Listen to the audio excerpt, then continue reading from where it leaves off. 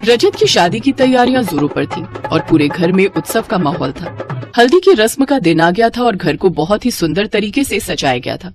रजत के माता पिता और दोनों बड़े भाई भी सजावट का आनंद ले रहे थे। रजत परिवार में सबसे छोटा था। उससे बड़े उसके दो भाई थे, अनिल और सुनील। अनिल की पत्नी सुमन थोड़ी कम पढ़ी लिखी थी, इस वजह से उसे परिवार में कम महत्व दिया जाता था। सुनील की पत्नी पूजा पढ़ी लिखी थी, इस वजह से सब लोग पूजा को बहुत महत्व देते थे। माँ, एक बात का ध्यान रखना, मेरी हल्दी की सारी रस्मों में सुमन भाभी को थोड़ा दूर रखना। अरे यार, उन्हें कुछ आता तो है नहीं, पता चले बीच में कोई गड़बड़ कर देंगी तो और मूड खराब हो जाएगा। हाँ हाँ, तू चिंता मत कर। सुमन, इधर आ जरा। जी माँ जी। देख, रजत की शादी है, वो चाहता है तू हल्दी की रस्म में ज्यादा बीच में ना आए, इसलिए हल्दी की रस्मों की सारी जिम्मेदारी मैं पूजा को दे रही हूँ। पूजा बहू, तुम यही रजत के पास रहो। तुम्हारे देवर की शादी है और वो चाहता है कि तुम हल्दी की सारी रस्में पूरी करो। मेहमान आने शुरू हो गए, सब कुछ तुम्हें ही देखना है। जी माँ जी, मैं अपने देवर जी के साथ ही रहूंगी। देवर जी, आप चिंता मत करो, आपका हल्दी का फंक्शन बेस्ट होगा। ये देखिए, मैंने कैमरामैन को भी बुला लिया है और अपने बढ़िया वाले फोन से मैं अच्छी अच्छी फोटोज और वीडियो भी बना लूंगी। भाभी, फोटोज और वीडियोस ना प्रियंका को भी भेज देना, वो भी मुझे अपनी हल्दी की फोटोज वीडियोस भेजेगी। आप टेंशन मत लो देवर जी, मैं सब कुछ करूंगी। आपकी होने वाली बीवी यानी कि मेरी देवरानी को भी सब कुछ भेज दूंगी। हल्दी का फंक्शन शुरू होने वाला था। अब सुमन को तो फंक्शन में रहने के लिए मना कर दिया था, इसलिए सुमन दूसरे कामों में लग गई। क्या हुआ सुमन बहू, तुम्हारे देवर की शादी है, देवर की हल्दी की रस्म शुरू होने वाली है और तुम यहाँ रसोई के कामों में लगी हुई हो। अरे जाओ, अपने देवर को हल्दी लगानी शुरू करो। आंटी जी, वो रसोई में भी तो सब कुछ देखना है। मेहमान आ जा रहे हैं और फिर देवर जी के पास मेरी देवरानी पूजा बैठी है, वो वहाँ का संभाल रही है, इसलिए मैं रसोई में देखने लग गई। आप फंक्शन में पहुंचिए, मैं सबके लिए नाश्ता कोल्ड ड्रिंक लगवा रही हूँ।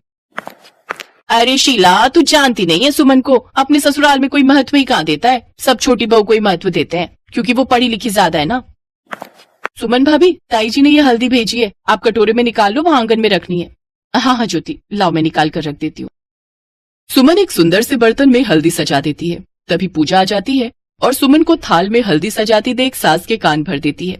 माँ जी, आपने और देवर जी ने हल्दी की रस्म की सारी जिम्मेदारी मुझे सौंपी थी। हाँ हाँ बहू, तो इसमें शक की क्या बात है, सारी जिम्मेदारी तुम्हारी है। तो फिर सुमन भाभी रसोई में क्या कर रही है? देवर जी की हल्दी का थाल तो वो सजा रही है। टेंशन मत लो भाभी, माँ उन्हें मना कर देंगी, हल्दी का थाल आप ही लेकर आओगे। हाँ बहू, तुम चिंता मत करो। सुमन की सास उसके पास गई और उस पर गुस्सा करने लगी। सुमन, मैंने तुझे मना किया था ना कि हल्दी के किसी भी काम में हाथ मत लगाना, सब कुछ पूजा देखेगी। रजत नहीं चाहता कि तुम हल्दी के काम में हिस्सा लो। ये हल्दी का थाल पूजा के हाथ में दो, यही लेकर जाएगी सब लोगों के बीच में। पूजा बहू, हल्दी का थाल लेकर आ जाओ। पूजा मुंह बनाती हुई सुमन के हाथ से हल्दी का थाल छीन लेती है और मेहमानों के बीच में ले जाती है। हल्दी का फंक्शन शुरू हो जाता है, सब लोग नाचने गाने लगते हैं। अनिल सुमन को बुलाने के लिए रसोई में चला जाता है ताकि वो भी फंक्शन में डांस कर सके। पूजा एक हाथ से मोबाइल फोन पर वीडियो बना रही थी और दूसरे हाथ में उसने हल्दी का थाल पकड़ा हुआ था। अचानक थाल पूजा के हाथ से छूट जाता है और जमीन पर गिर जाता है। सारी हल्दी जमीन पर बिखर जाती है। ये देखकर सब चौंक जाते हैं। अरे बहू, ये क्या कर दिया, अभी तो हल्दी की रस्म शुरू भी नहीं हुई, तुमने तो सारी हल्दी गिरा दी। अब रजत को हल्दी कैसे लगेगी? पूजा बहू, ध्यान देना चाहिए था ना, तुम एक हाथ से मोबाइल फोन पर वीडियो बना रही हो और दूसरे हाथ से तुम हल्दी लगा रही हो। ये कैसी बच्चों सी हरकत है? देखा ना, सारा थाल गिरा दिया, सारी हल्दी जमीन पर गिर गई है। अब रजत को हम क्या लगाएंगे? हाँ सॉरी, मैं एक हाथ से वीडियो बना रही थी, पता नहीं मेरे हाथ से हल्दी का थाल कैसे छूट गया। बहू, ध्यान देना चाहिए था ना। अब बताओ, रजत को हल्दी कैसे लग पाएगी? माँ, हल्दी के बिना भी तो रस्म पूरी हो सकती होगी ना। कोई बात नहीं, मैं हल्दी के बिना ही रह लूंगा। तभी सुमन आ जाती है। उसके हाथ में हल्दी से सजा हुआ एक और थाल था। ऐसे कैसे हो सकता है कि हमारे देवर जी की हल्दी हो और उन्हें हल्दी ना लगे? ये रही हल्दी देवर जी। सुमन बहू, ये हल्दी तुमने कब तैयार की? शादी की हल्दी तो पहले ही बन गई थी ना। माँ जी, जब हल्दी बनाई थी तो उसमें से थोड़ी हल्दी मैंने मंदिर में रख दी थी, फिर ध्यान ही नहीं रहा कि इस हल्दी में वो हल्दी मिलानी है। पर भगवान का लाख लाख शुक्र है कि ये हल्दी काम आ गई। पूजा, ये लो, हल्दी देवर जी को लगाओ, इस हल्दी में भगवान का आशीर्वाद है, अब हल्दी को कुछ नहीं होगा। कुछ देर तक सब सुमन को देखते रहे। रजत भी बहुत शर्मिंदा था कि जिस भाभी को वो इतना अपमानित करता था, आज वही भाभी उसकी मदद कर रही है। सुमन भाभी, पूजा भाभी के साथ आप भी मुझे हल्दी लगाओ, आप बड़े हो, पहला हक आपका है। हाँ सुमन बहू, जाओ अपने देवर को हल्दी लगाओ। सुमन की आंखों में खुशी के आंसू आ जाते हैं। भगवान की कृपा से आज उसे वही सम्मान मिला जिसकी वो हमेशा कामना करती थी। सुमन और पूजा दोनों मिलकर अपने देवर को हल्दी लगाती है। पूजा भी सुमन को सॉरी बोलती है। खूब जोर शोर से हल्दी का फंक्शन होता है। सबके चेहरे पर खुशी आ जाती है। सुमन के चेहरे पर भी बहुत खुशी थी, उसे अपने परिवार का प्यार मिल गया था। अगले दिन धूमधाम से रजत की शादी होती है और सुमन और पूजा दोनों मिलकर अपनी छोटी देवरानी प्रियंका का स्वागत करती हैं।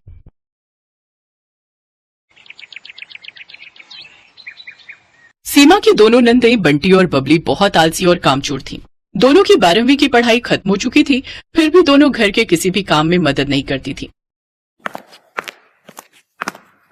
अरे बंटी बबली, कब तक सोती रहोगी? उठ जाओ। जब से इनके स्कूल खत्म हुए हैं दोनों इतनी आलसी हो गई हैं कि पूछो ही मत। बहू, आज खाने में क्या बना रही हो? माँ जी, बैगन का भरता, चने की दाल, चावल और रोटी।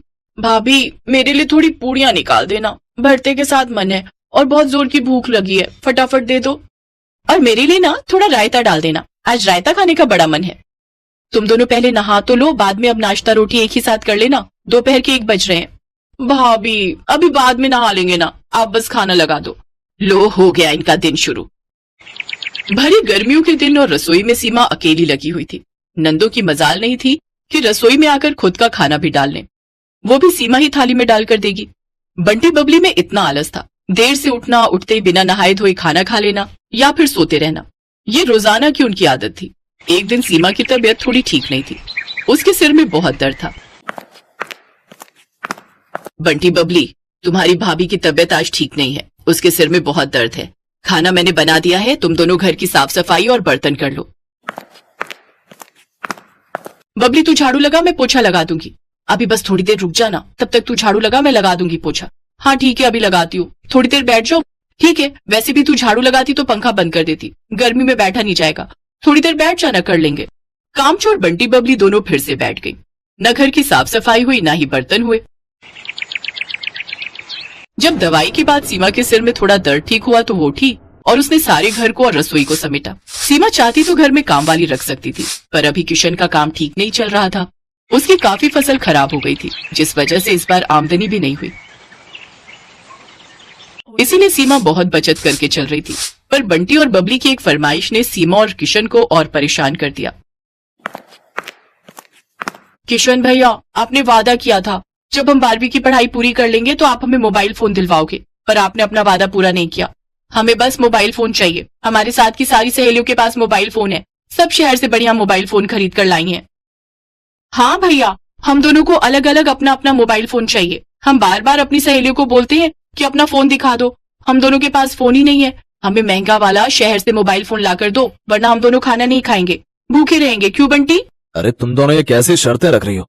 तुम दोनों जानती हो मेरा काम अभी इतना सही नहीं है कि मैं एक साथ 2 मोबाइल फोन खरीद सकूं। एक ले देता हूँ, तुम दोनों एक से ही। नहीं भैया, अपनी कुछ पर्सनल बातें होती हैं, हम दोनों एक मोबाइल से काम नहीं चलाएंगे।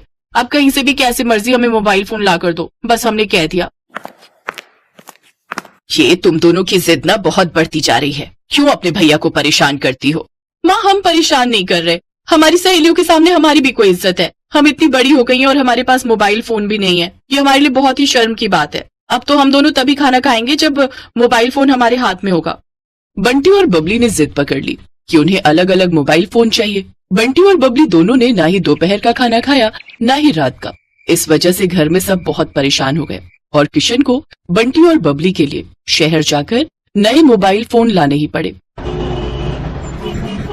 अब बंटी बबली के हाथ में अपने अपने मोबाइल फोन आ गए थे तो वो पूरा दिन ही नहीं हिलती थी। बंटी, बबली, पलंग की चादर बहुत गंदी हो रही है, मुझे उतार कर दे दो, मैं कपड़े धोने जा रही हूँ, धो दूंगी, बहुत दिनों से धोई नहीं है। भाभी, आज रहने दो ना, अभी मन नहीं हो रहा उठने का, अब दूसरे कपड़े धो लो, कल दे देंगे।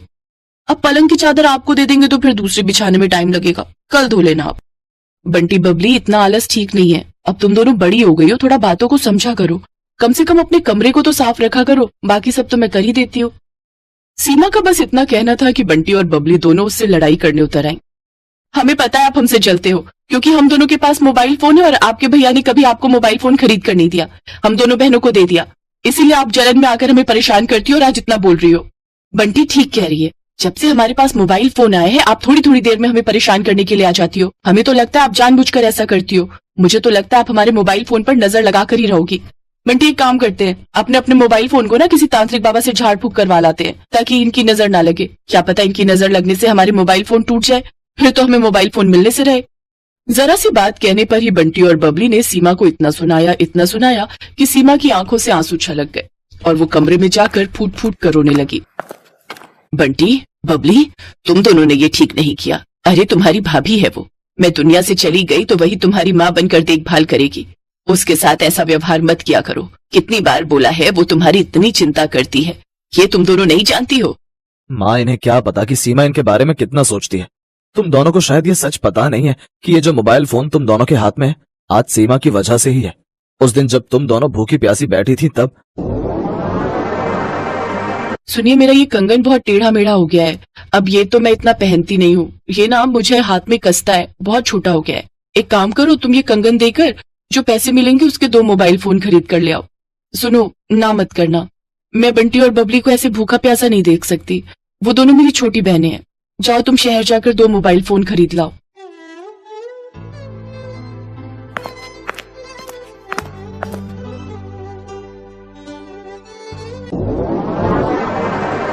बंटी और बबली को जब सारी बात पता चली तो उन दोनों को अपने बर्ताव पर बहुत शर्मिंदगी हुई।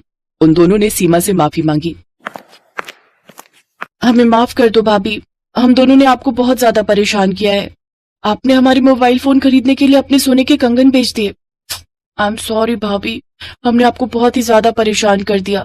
अरे कोई बात नहीं, तुम दोनों मेरी छोटी बहनें हो, कंगन तो फिर बन जाएगा। मैं जानती हूँ जब तुम्हारी कॉलेज की पढ़ाई पूरी हो जाएगी, उसके बाद तुम्हारी अच्छी नौकरी लगेगी, तो तुम मुझे उपहार में सोने के कंगन तो बनवा कर दे ही दोगी ना। कॉलेज की पढ़ाई भाभी? हाँ बंटी बबली, तुम्हारी सीमा भाभी की एक सहेली शहर में ही एक कॉलेज में टीचर है। सीमा ने तुम दोनों के कॉलेज की पढ़ाई की उससे बात की है, वो तुम्हारा एडमिशन करवा देगी। सीमा ने उससे सारी बात कर ली है।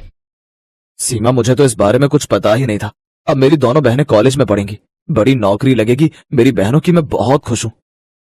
बंटी और बबली अपनी भाभी सीमा के गले लग जाती हैं। सीमा ने बहुत समझदारी के साथ बंटी और बबली के भविष्य को खराब होने से बचा लिया। इससे सीमा और परिवार के सब लोग बहुत खुश थे।